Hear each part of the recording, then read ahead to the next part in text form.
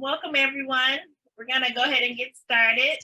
So happy that you all are joining us in your journey toward passing your social work licensing exam. I am Chantalia Johns. I oversee our continuing education department in the School of Social Work. And I'm joined by some colleagues that I want to give them a space to introduce themselves. But before they do, I just want to say that although the dean couldn't be here today, we are very excited to support you on this journey. And so on behalf of your old professors and your dean and all of us at the school, welcome. And we'll be around to answer questions as you learn what you need to learn to, again, pass this exam and move on to the next chapter in your journey as a social worker. Kim, do you want to say hello? Hello, everyone, and welcome. As Chantalia said, we are very excited to help you along with this process. My name is Kim Easley. I am Alumni Relations Officer and the School of Social Work Alumni Liaison. Thank you, Kim. And Teresa? Hello, everybody. My name is Teresa Port, and I am the Individual Giving Officer for the School of Social Work, and I am part of the planning team for this venture, and I'm so very glad that you're all here participating. All right. So I smile as I introduce our first speaker, because if I had to rank my top favorite people at Wayne State, she would very, very much be at the top of my list. An expert nationally on all things related to academic success. So it's such a privilege for us to have Angela kick off our Lunch and Learn series with you all, sharing her knowledge and her expertise as you all prepare for your exam. So I'm sure she'll give you a little bit more about her background. So I'll let myself mute and turn it over to Angela to get us going for today. Chantalia, thank you so much. That was very, very heartwarming to hear. My name's Angela Zanardelli, and I'm the Associate Director of the Study Skills Academy with the Academic Success Center. So I'm not sure if any of you during your undergrad years used our Academic Success Center or our Study Skills services, but we certainly offer a lot for students in the way of learning performance, really. So I'm very excited to work with you all today. I have a presentation planned, and we're gonna go through things. I'm gonna show you the outline, but I want this to be really interactive in a way in that you can participate as much as little as you're comfortable or as you're able in your current capacity. But I definitely want to make sure that I am meeting your needs as you prepare for this licensing exam. And at the end, I will give my information. I will give my email address. My contact information is also on the slide. We can just go ahead and get started. I am going to share my screen here. So essentially what myself and our team and the Study Skills Academy, what we do is we take the most in cognitive science, so how the brain learns and how we can apply that to information to prove our comprehension, which is a fancy way of saying testing, in your case for the licensure exam. We take that information and we translate it into applicable study strategies to help you prepare for assessments such as these. So we're going to go through today a few different areas. The first one, we're going to do a little warm up. So we're going to talk about some brain facts. I call them in this section neuro notions, just to kind of see where we're at. There are a lot of myths out there about the brain and how the brain works. So this may also be helpful in your sessions with clients and in your work too. We're going to go in 3 different units. So the first unit is just common difficulties. So we're going to talk about levels of preparedness. Illusion of knowing we'll get to, also how distractions and stress impede the brain's ability to process and really retrieve information. Comprehensive cognition, that's just my fancy way of talking about thinking, learning, retrieving. Does anybody know, can you pop in the chat, what do you think I mean by retrieving? This is a cognitive science word, so I don't expect anyone to definitely know, but what do you think I might mean by retrieving? What are we retrieving? understanding. Okay. Recalling. So good. So utilizing previously learned. Ooh, you guys are active. I'm loving this. Okay. So essentially what's happening is, and we will get more into this process, but I want to give you a bit of a preview so that you do understand while we're discussing it. Precious, you're absolutely right. We have to understand information in order to retrieve it. So that's actually step one. Recalling is a great way to say it. Utilizing previously learned information. All of these are 100% accurate. Prior knowledge. So yeah, prior knowledge, information that you learn can be applied to what you already know. That can really help solidify things. Comprehensive and retaining. So yeah, comprehending information is essential to retaining it, but then we retrieve it. So there's this 3-step process. We'll go through all of this. I'm just giving you a little bit of a preview to get your dendrites moving a little bit there, but that's exactly right. So retrieving, we're pulling the information from our brain. So it's essentially answering questions by pulling the information from the connections we've made. Okay. And then finally, the last unit, there's a mind-body connection that we cannot ignore. Your brain will only perform as well as you treat your body. So we are going to talk about sleep, exercise, nutrition, and stress, and ways to make sure that we are, with little time, I'm fully aware that there's a time limit in everyone's lives. We're going to find ways to make sure we're incorporating those to have a really holistic approach to our exam prep. We want you to feel really balanced by the time you get in. Any questions before we start rolling here?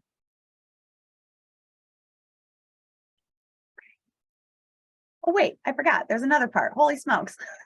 The processing and application part. I'm going to give you a little bit of space at the end to kind of look at everything you've learned today and how you can apply that to yourself and your ability to prepare. So I think a lot of times we go to workshops and we get all this information and then we don't do anything with it. So I'm going to give you some space at the end that you'll hopefully make use of, where you can just have some self time to process everything that you've learned. All right, here we go. Let's get meta. So true or false? Now let me think of how we should do this on Zoom. I think we should do reactions. Does everybody have the reactions button on their Zoom? So let's do this. If you think that it's true, give me a thumbs up like that. If you think that it is false, oh no, I lost my reactions button. Hold on. Wait, no, oh no, I messed this up. I am so sorry, you guys. This all went back. Okay, so I messed the first one up. We can also use the chat too, it really doesn't matter. But so my question for you, the first one, let's just use the chat. I don't want to keep hitting buttons and showing you all the answers like I just did. The brain has a limited memory capacity. What are your thoughts on this? Do we have a capacity? For what we can remember? True. I'm not laughing because I didn't think you would get this to begin with. I'm laughing because I messed this one up. So you already know. Let's look at why this is. Also, excellent paying attention. It really helped you out. See, first test question, you killed it. All right. So the reason for this is because we can seek information as much as we want, right? And we can intake information. Information is always brought in some type of sensory way. So right now you're hearing me. So this is, more of an auditory way of taking in information. Information can be taken in a lot of emotional sense. So depending if we hear something that makes us feel a certain way, it can stimulate our brain to remember things. But the fact is that we only remember a fraction of what we're exposed to, because it truly is what our brain processes. It has to be able to filter information out. All right, let's go on to the next one and see if I don't mess this one up. True or false? Students should study based on their learning style. Yes. Come in. Oh, I think someone is unmuted. I would hate for you to not know that. True, true, true, true. Anyone else? False. We have a couple false, mostly true.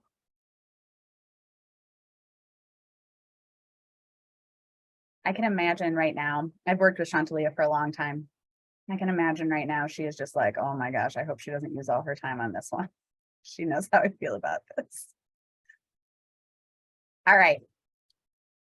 I'm going to tell you before I even hit next, I want you to know that this is very false.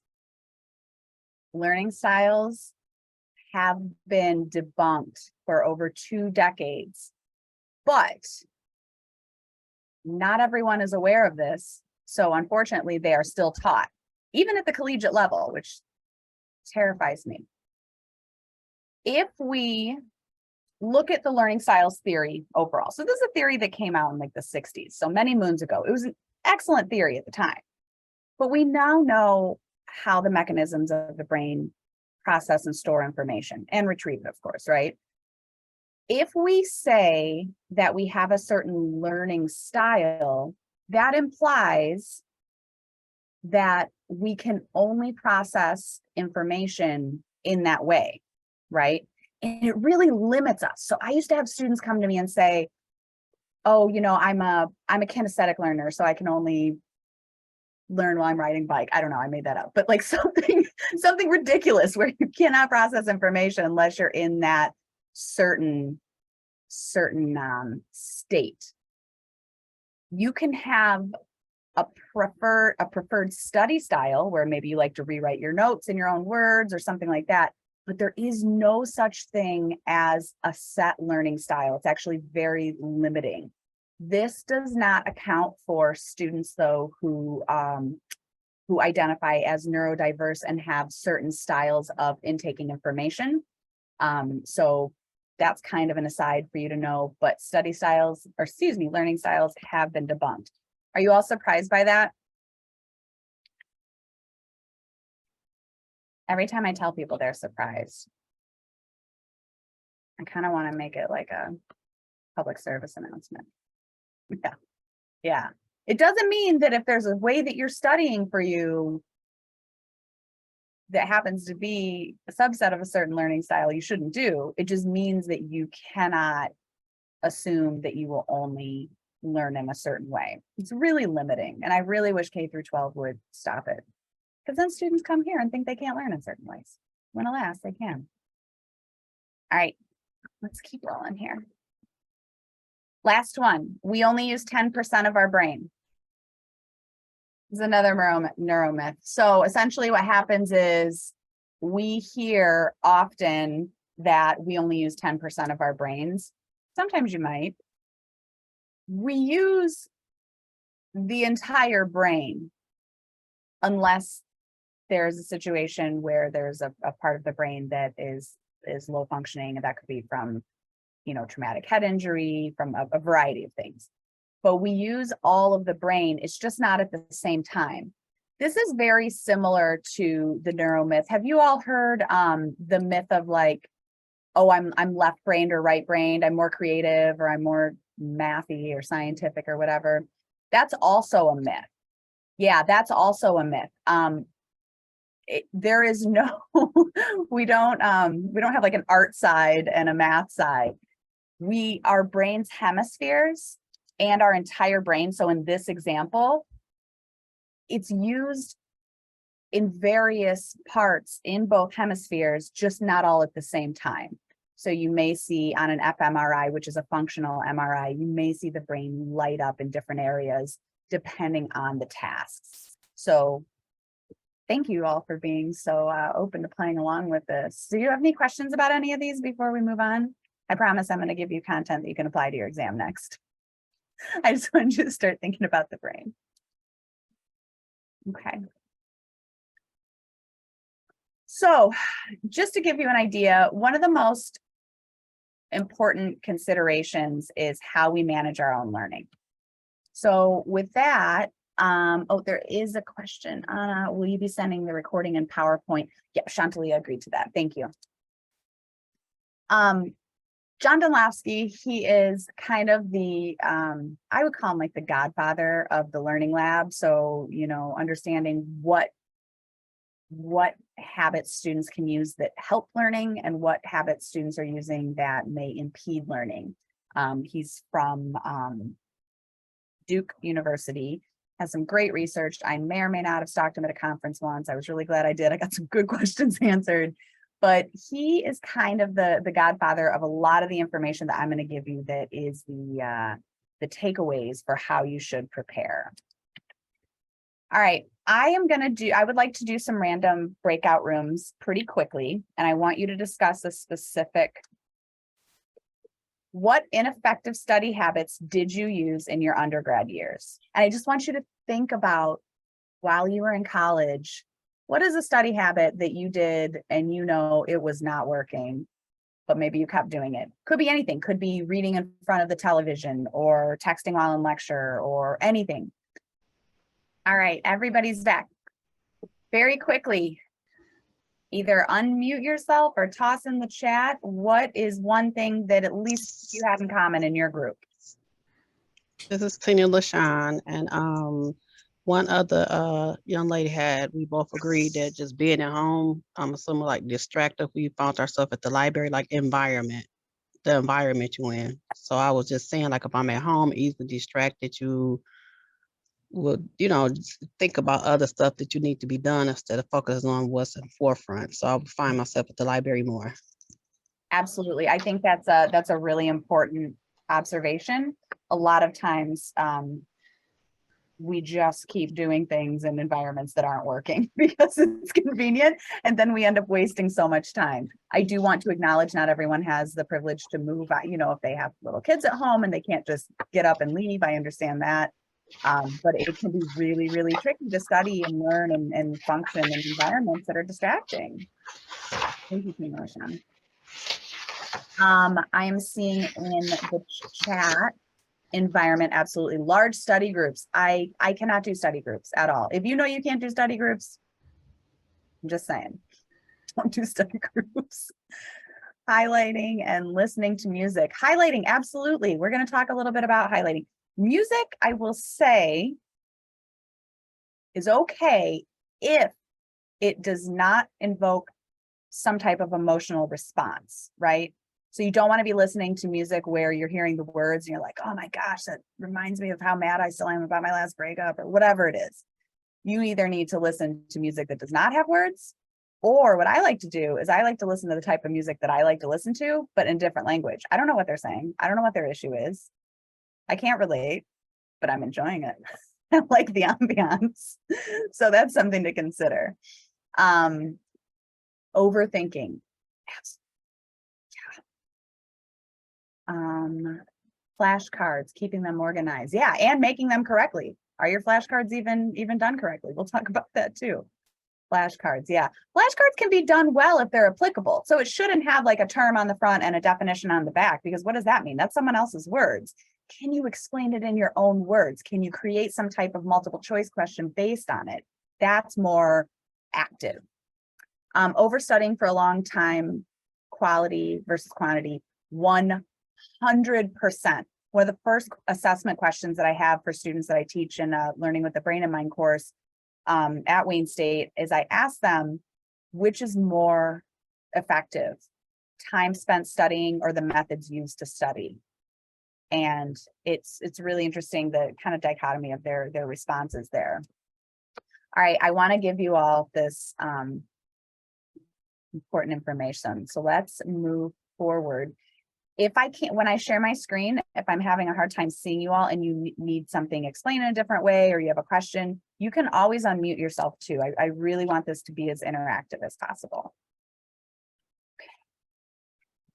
So, as promised, we're going to start with some common difficulties. So, number one is the approach to the content. It's not always the content itself, it's the approach to it. So a lot of students will focus on what they have to learn rather than their approach to actually learning it. So think about that for a minute. It sounds very nebulous, right? We're focusing on what I need to learn. I have to know that. I have to know that. I have to know that. That in itself means nothing. How will you decide to know it? What do you know about it already? What can you apply it to? We'll get to some standard techniques, but I really want you to think about this. It's very metacognitive when we think, how am I going to learn this information? Not what is it that I need to know? The illusion of knowing, I just want to tell you about it because it's a big one. The illusion of knowing, I'll show you all the 80s, information here, but basically what I'm going to tell you is that this is real. So the illusion of knowing is when we see something so often, maybe in our notes, maybe from our professors, maybe from our peers, we see something so often that we are under the impression that we know it, when in fact, you know of it, but you may not actually know it. And we will talk about how to ensure we comprehend something. In the next unit, we're going to go very deeply into understanding whether or not you do understand something, if we actually are comprehending something, because we want to get that illusion out of there. I say time's up on time management. I am really sick of the term time management. I realize I teach study skills and I'm not supposed to be, but I also teach more than study skills, which I think study skills can be at a very basic surface level. None of it is customized. Time management, fine, it's an important concept, but it's way more than making a calendar. You can create a calendar that says you're going to study for the exam on these days, on these times. It could be beautiful. You could highlight it, you could jazz it up with some stickers. I don't care. But here's the situation. If you are not productive or learning actively during that time, none of it's going to matter. We spent more time making this schedule than we did actually applying the information. So please consider that when you're deciding when you're going to study things. We'll talk about a way toward the end how to break up your study time, or how to break up the content into time. But none of it will have to do with you creating a gloriously multicolored markered time management sheet or whatever you want to call it. Planning is great, but productivity is incredibly important in this consideration. I just have to tell you where your phone is when you study is going to make a big difference. I'm a mom. I get it if you have kids or people who depend on you. My phone will always be around me just in case something happens with my son while he's at school. But if you attend to every single ding, your dopamine is going to be through the roof. Even if you're looking at your phone, you're like, oh, why is that person contacting me? It's still happening. It's still this triggered effect. It's also incredibly distracting. You could be studying and get the most innocuous text. It could say something like, hey, do you want to grab lunch tomorrow? That shouldn't be triggering at all, right? Even if you don't answer it, you're going to put your phone down. You're going to go back like, oh, I really don't want to, but I should. I canceled last time. But what if he wants to go here? Oh, I really don't want to go here. What if he's going to bring that person? All these thoughts are coming from just the simple question of, hey, want to have lunch? Attend to it later. Don't even read it if you don't have to, but just be very cautious about how you allow your mind's energy to wander electronically while you're studying. I am going to come back to this activity if we have time, but what I want to tell you is this. Multitasking in ways, so hang with me for a second. Multitasking in ways that require you to parallel process two pieces of novel information at once is physiologically impossible. So what I mean by this is, and I will explain this in a less neuroaggressive way. What I mean is walking and listening to an audiobook, good times, fine. Driving and listening to music, for the most part, good times. Studying and watching television, your brain is not going to like it. Even if it's a show you watch over and over and over, you are still processing so much. So please keep in mind, multitasking is going to make everything far more stressful. It's going to take far longer, and you're going to make way more mistakes. You're going to save so much time compartmentalizing and doing things as it comes. What is the name of the class you teach on this subject? I teach a course called Learning with the Brain in Mind. Actually, Chantalia used to teach it as well. It's a course for first year students at Wayne State. And it is just a quick 1-credit course. I will say that you all are far more interested in this so far than 18-year-olds, but I digress. So some of them are very interested. I shouldn't call them out like that. All right. I want to talk about what not to do. So one of the things that we need to consider before we even consider what we should be doing, we need to consider what not to do.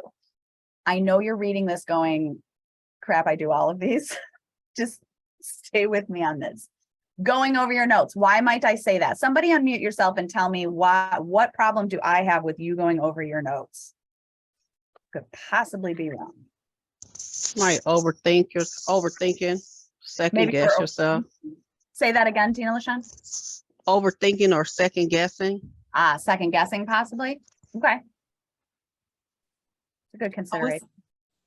Oh, Information. I would say just not being able to effectively take notes initially could be a concern. So if you have junky notes, Yes. yeah, you're not going to get far with that.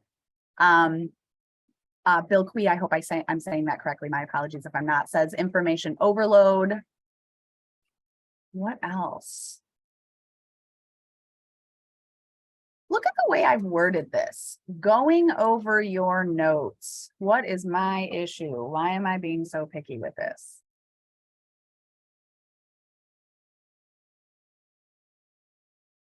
Remember when we talked about the illusion of knowing? Yeah. Maybe my notes are not properly done and I'm going over them. Yeah, over maybe them. they're not properly done. So yeah, we have the idea of unquality notes, maybe incomplete notes. What else? Okay, so when you said that and went back to the comment you made, Yeah. and you saying being picky, you saying like the professor may say something, we constantly see certain things, so now we thinking it's the right one and it's not. So we going over it and we going over information, it's not like correct just because it's in our notes, but we've seen it multiple times, it's not correct. Yeah, so 2 parts to that. Good, we've come a long way with this. Everything that you all said is valid. What I want you to remember, and we've come to this after we decided that maybe the information isn't correct. Whether it's correct or not doesn't mean we know it. I could stare at you all day. It doesn't mean I know you. I could see you the next day and be like, oh yeah, that's Tina LaShawn, of course. But it doesn't mean I know anything about you. Going over your notes is incredibly passive. We have not, number one, proved that we understood them. We've not tried to explain them in our own words. All we've done is take information that we wrote down about information we never knew before, and then we looked at them again. So it's just really passive. We want to be cautious about that. Cramming. Listen, I'm not even going to get into it. I am going to say, I could do a whole nother hour on this. How many lunch and learns do you want to do today? Cramming, your brain cannot and will not be able to store information in your long-term memory, which is where you have to pull it from, in that short of time. Your brain has to process, encode, properly store information. And you know when information is stored properly? Does anybody know the answer to this? When does information get consolidated to long-term memory? When you're asleep? Yeah. Yeah, absolutely. Not only sleep, quality low wave sleep. We'll get to that too. I'm just giving you little teasers here along the way. I want you to see it all to come together in the end. Aimlessly highlighting. Listen, I get it. It's beautiful. If you don't understand what you're highlighting and why, all you're doing is changing the text from black and white to black and yellow, or I use blue highlighters. Everybody thinks that's weird. I love blue highlighters. So all I would do if I'm just aimlessly highlighting is changing it from blue to black, to blue to black. You're not by yourself. I like blue too. Isn't it great? It's Yes. beautiful, like electric color. Nobody ever gets it. Thank you. Repeatedly rereading your text. If you need to reread something, fine. But if you're rereading it with not recognizing what you didn't understand to begin with, it becomes very nebulous. Now, here's the kicker. Here's what I want you to remember from this point onward for everything that you prepare for this exam. The biggest issue with the way most people study information is trying to memorize content without understanding it. We try to memorize information without being able to know whether or not we understand it. I will show you how to stop doing it, but it has to stop. You may not even know you're doing this. So, oh no, we're not taking a break. I'm just gonna give you guys a break, but we're just gonna keep going. Only because we have a lot of information. And I feel like if you do need a break, raise your hand and we can take a minute. But I want to give you the bulk of the information first, and then we're gonna take a break at the end where you all are gonna have some time to process things. So let's talk about how we're actually doing this. I want to do an activity with you that I do with all my classes. So if you ever took my class, I'm sorry. Thank you for not giving this away. I want you to read a passage that I'm going to show you. And then we're going to have a discussion about it. Okay? So take a minute and read this passage. Okay. Who is so confident that they know what this is talking about, they want to tell us?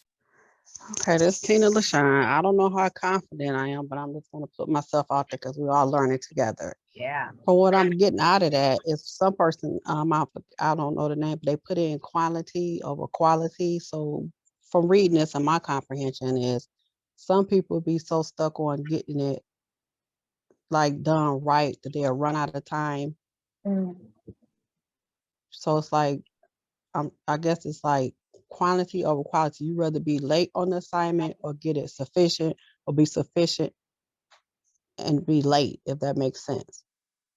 Yeah. So what's more important, the quality of what I'm doing or how much I get done? So that's pretty much, I just threw that out there. I don't know if No, it's I correct or appreciate not. that. Who else? Let's see in the chat. Don't overdo it. It's a good theme. Raise your hand if you are confused after reading this. Take your time. Why isn't anybody raising their hand? Oh, there we go. There we go. Okay, now you're telling the truth. Okay, thank you. All right, we're gonna do this again.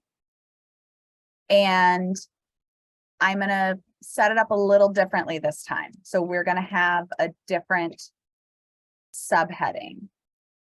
Oh, my mic broke up. Can you all hear me now? Okay, we're gonna do this again, except this time, I am going to give you the same passage, but this time we're gonna have a subheading to it. Go ahead and read it again.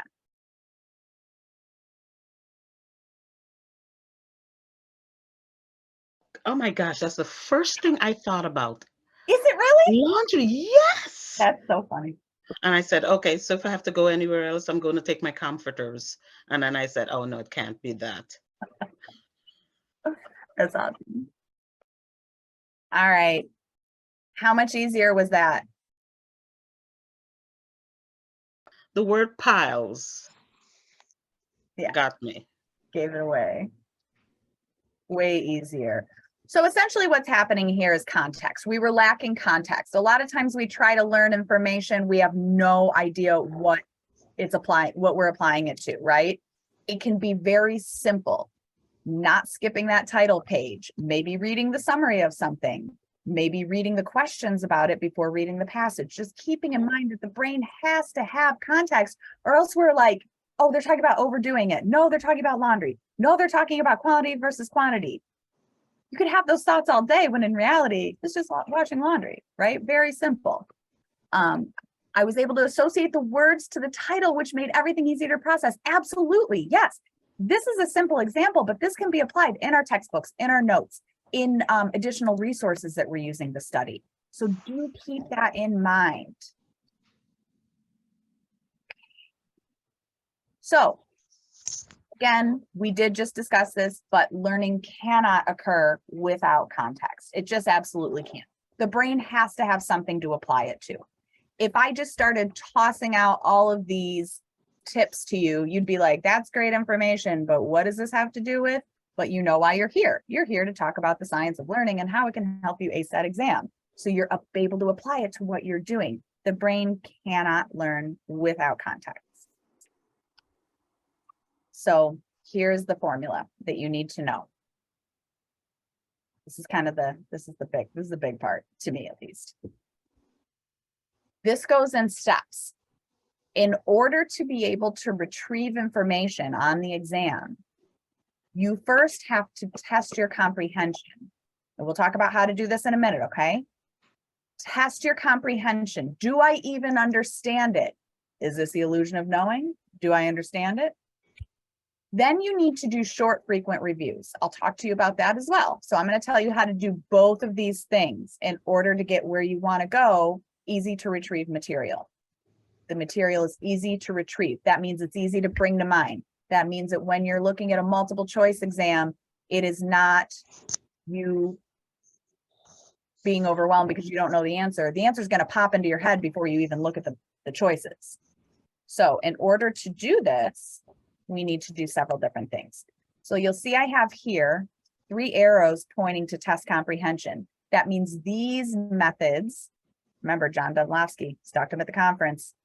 This is his lab work. It's the most recent research on cognitive science. So this is where all this is tying into. Test your comprehension by summarizing in your own words or teaching it to someone else. If you can explain a concept using your own words, you understand it. As long as it's done correctly, I should say that. I don't care who you teach it to, your grandma, your dog, whatever.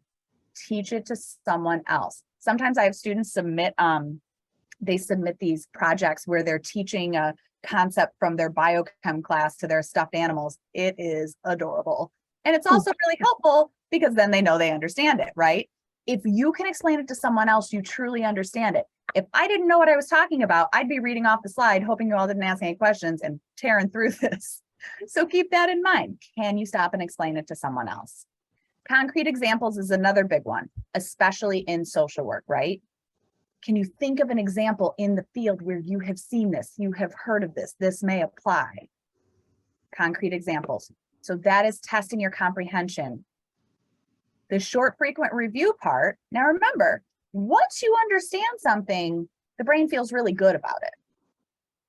But you have to spend a little time with it, not a ton of time.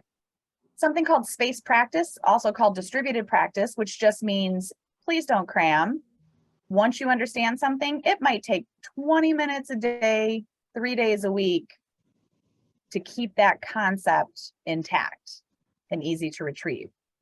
Dual coding is a very fancy way of saying having like 2 modalities of learning something. So for example, I may be able to, I'm just going to use biology as an example. I may be able to explain photosynthesis using my words, and I also may be able to draw out an illustration that shows how photosynthesis works. So speaking it and writing it, or speaking it and drawing it, can be really helpful for dual coding. Mind maps are really helpful for that too. Retrieval practice. This is simply bringing something to mind. Once you learn a concept, try to explain it in your own words. Identify where you were wrong and right. Bringing something to mind, retrieving the information. The more we retrieve the information from our brain, so remember, we've comprehended it. Now we're spending some time with it. We're retrieving it. These are the short, frequent reviews. The more you do that, the more solid those neural connections are going to be, and you're going to be able to retrieve it easier on the exam. Interleaving simply means mixing it up. I know your exam is not set up this way, but let's use the example of having an exam that is over 4 chapters. And instead of studying for chapter 4, then chapter 5, then chapter 6, you want to mix it up. Study a little from chapter 6, then a little from 4, then a little from 5, because this information is not going to be offered to you in the same lineup as the way that you learned it, right? You want to be able to answer any of the questions in any format, regardless of what order they show up. How are we feeling right now? I've given you a lot of information in the last couple slides. Now you know why I was Good. talking so much. You feel good? Yes. Yeah, feeling good. Okay. Is this helpful so far? Yes. Yes. Definitely, definitely. Okay, good, good. I'm really glad to hear that. If you want to see examples of these, there's a website. I'll put it in the chat right now. It is, I can't remember if it's .com or .org, and I don't want to hop off my screen right now and mess everything up, but you can Google the Learning Scientists. I think it's learningscientist.com or learningscientist.org, and they will show examples of how to do all of these. All right, you all are picking this up really quick. This is exciting. This is just, I just wrote this to reiterate, like I haven't yelled about it enough. It's more important how often you retrieve the information. It doesn't matter what you put in your brain. I mean, it matters, but it's not exactly how it works. You have to be able to retrieve it, but you cannot retrieve it until you comprehend it. So keep that in mind. We have to use that pathway. Test your comprehension, short, frequent reviews, then you're able to retrieve it, able to retrieve it, whether it's at your house on flashcards or in your rewritten notes or in your mind map or your dual coding, whatever you did, or whether it's during the licensing exam. Being able to retrieve it is the goal. We definitely talked about this. This is my jazzy cell bodies here. Basically, this isn't as important, but the neural connections, like I talked about before, they're really strengthened. So this information is being passed on readily when we have connected with that material often and only after we have comprehended it. When it comes to exam prep, you want to look at the way that you're preparing for your exam in 3 different ways. The first thing that you need to do before anything else, look at the material and identify what you need to know. Without doing this, it can feel really overwhelming when you just have all this information that you do or don't know if you know, and whatever it is. What do you need to know? Then you need to break it up into chunks. If you have some type of system you can use, I believe, you know, of course, the support staff and the support team that you have in social work may be able to help you identify what chunks make sense. Unfortunately, I've not taken this exam, so I'm not familiar with it. But what's really important is to be able to break it up into chunks. And then I want you to use a ranking system on each of those chunks or chapters or sections. I want you to evaluate how well you actually know the material. So I'm going to use chapters just because that's an easy way. Actually, I'll say sections because that may make most sense. So I'm going to look at section 1, this chunk that I've broken up, and I'm going to go through each of the major points in that section, major themes, major content, subheadings, whatever it is. And I'm going to evaluate. You could use like a 1 through 4, 1 meaning you have no idea what's happening, and that's okay, but you got to know it. You got to know you don't know it. 4 meaning you could teach to someone else. Rank them honestly. What this is going to do is it's going to show you where you need to focus your energy and your time. You need to focus them on the 1s, 2s, and some of the 3s, right? A lot of times, humans in general do this. We focus on what we know because it makes us feel really confident. So we study things we already know and we glaze over things we don't. Don't be that human. Identify what you don't know. Then you can assign a time to study each section. That's when you can bust out those markers that we talked about and you can make the most beautiful schedule ever. But remember, none of it matters unless we are using unless we are using skills to learn the information that make us productive. Thank you all so much for your time and your engagement and your really thoughtful questions. Kim, thank you for your help too. Thank you, Angela. You have a wonderful day and a Thank good long weekend. Thank you. You all too. Bye.